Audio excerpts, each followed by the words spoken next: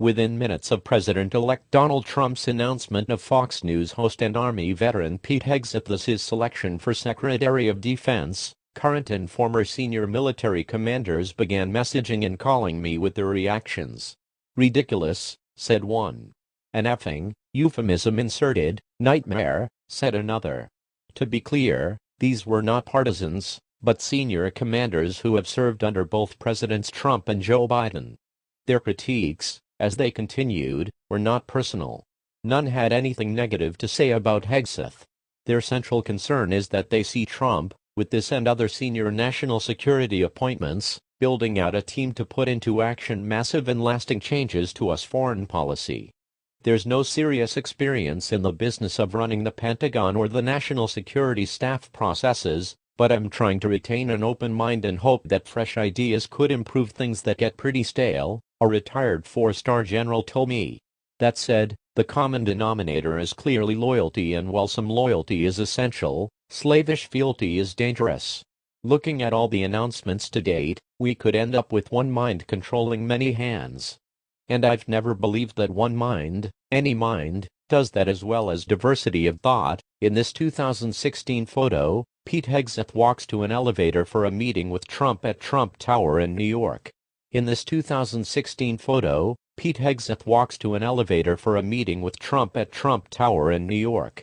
Evan Vuxi AP The 2024 election, unlike previous ones with differences at the margins, may prove to have an enormous impact not just on his foreign policy but on America's role in the world.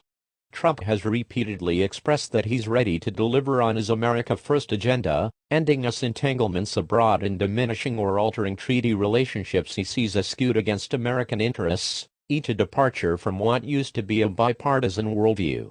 To that point, Hegseth has from his perch at Fox News long been a vocal, public proponent of Trump's America First agenda. Trump, as in domestic politics, has demonstrated a transactional view of US relations abroad, and one that often fails to differentiate based on values or shared history. He's repeatedly communicated that he sees the US as no better or worse than its adversaries. There is a common thread between Trump's answer to Bill O'Reilly in 2017 when the then Fox News host reminded him, "Putin is a killer," to which Trump answered, "You think we're so innocent?" and his comment at a rally in Michigan during the last week of the 2024 campaign that in many cases, our allies are worse than our so-called enemies. With this view of America's relationships with allies and adversaries, Trump seems to believe that as president he will be just as able to make mutually beneficial agreements for the U.S. with, say, Russia or China, as with us allies in Europe and Asia, that is, with nations that have fought alongside the U.S. and signed mutual defense treaties. Negotiations with Moscow or Beijing are certainly better than a superpower war, but this approach neglects that those adversaries see it as in their strategic interests to weaken the U.S. and the U.S.-led global order objectives made clearer as Russia and China increasingly join forces with North Korea and Iran across the globe, from the battlefields of Ukraine to the sharing of nuclear and missile technology, to new agreements such as the Mutual Defense Treaty signed recently between Pyongyang and Moscow. Can Trump make a great deal that would push China and Russia, and North Korea and Iran, to abandon or temper those strategic interests? Theoretically, I suppose that's possible, though former British Prime Minister Lord Palmerston, who famously said only interests, not allies, are eternal and perpetual, would beg to differ. If I were Ukraine, I'd be very worried. So what would this mean for us foreign policy in the near term? Trump's former senior advisors told me in my recent book, The Return of Great Powers, that, with this established worldview, Trump would end aid to Ukraine to defend itself against Russia. If I were Ukraine, I'd be very worried, Trump's former national security advisor John Bolton told me, because if everything is a deal, then what's another 10% of Ukrainian territory if it brings peace, kind of thing. Members of the unit Dnipro 1 of the Joint Assault Brigade of the National Police of Ukraine looted operate a Soviet-era howitzer D-30 on November 9, near Toretsk, Ukraine. Members of the unit Dnipro 1 of the Joint Assault Brigade of the National Police of Ukraine looted operate a Soviet-era howitzer D-30 on November 9, near Toretsk, Ukraine. Diego Fidel Getty Images. They told me Taiwan should be similarly concerned. While Biden vowed publicly multiple times to defend Taiwan militarily against a Chinese invasion, ending a decades-old policy of strategic ambiguity toward the self-governing island, none of Trump's former senior advisors told me they believe Trump would do the same. Ops defense treaties are similarly on the table. Several of his advisors said he might attempt to exit NATO, as they witnessed him attempt to do briefly in his first term, or, if thwarted by new legislation passed by Congress making such a unilateral withdrawal harder, signaled that he, as a commander-in-chief, would not abide by NATO's Article 5 committing members to defend other members militarily. In their view, his line in February that Russia could do whatever the hell they want to NATO countries that don't pay up was meaningful. I think NATO would be in real jeopardy, Bolton told me before the election. I think he would try to get out. This raises questions about Trump's commitment to other alliances around the world, including those in Asia with South Korea and Japan.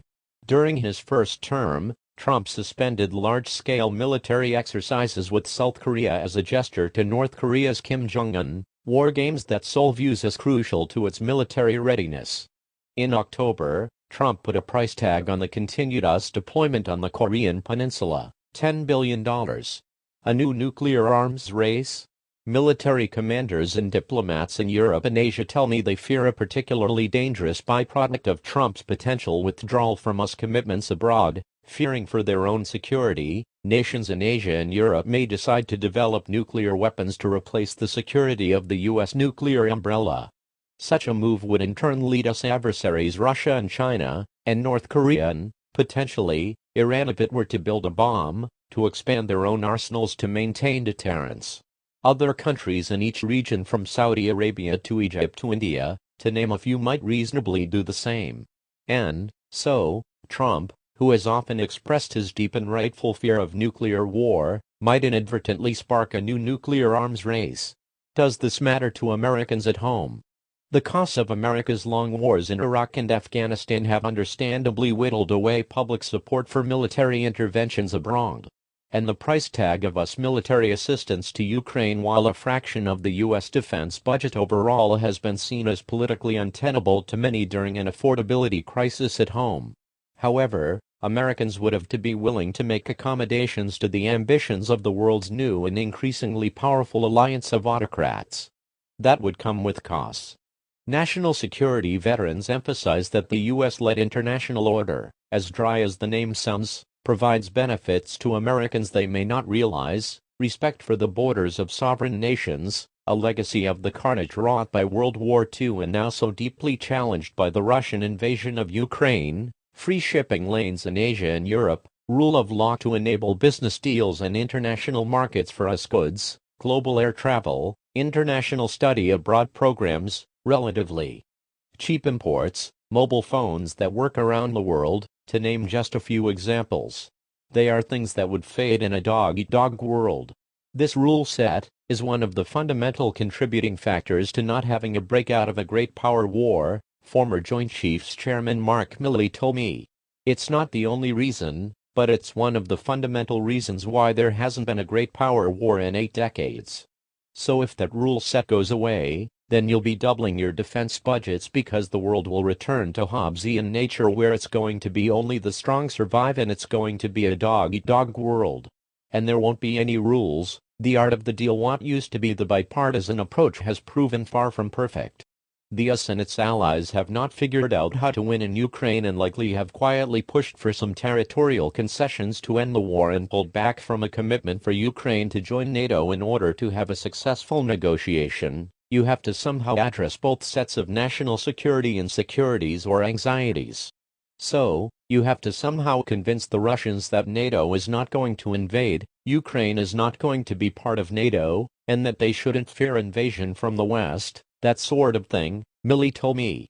What was something of a dirty little secret under Biden, Ukraine may have to cede both territory and compromise on security assurances, is now public as the Trump administration takes shape.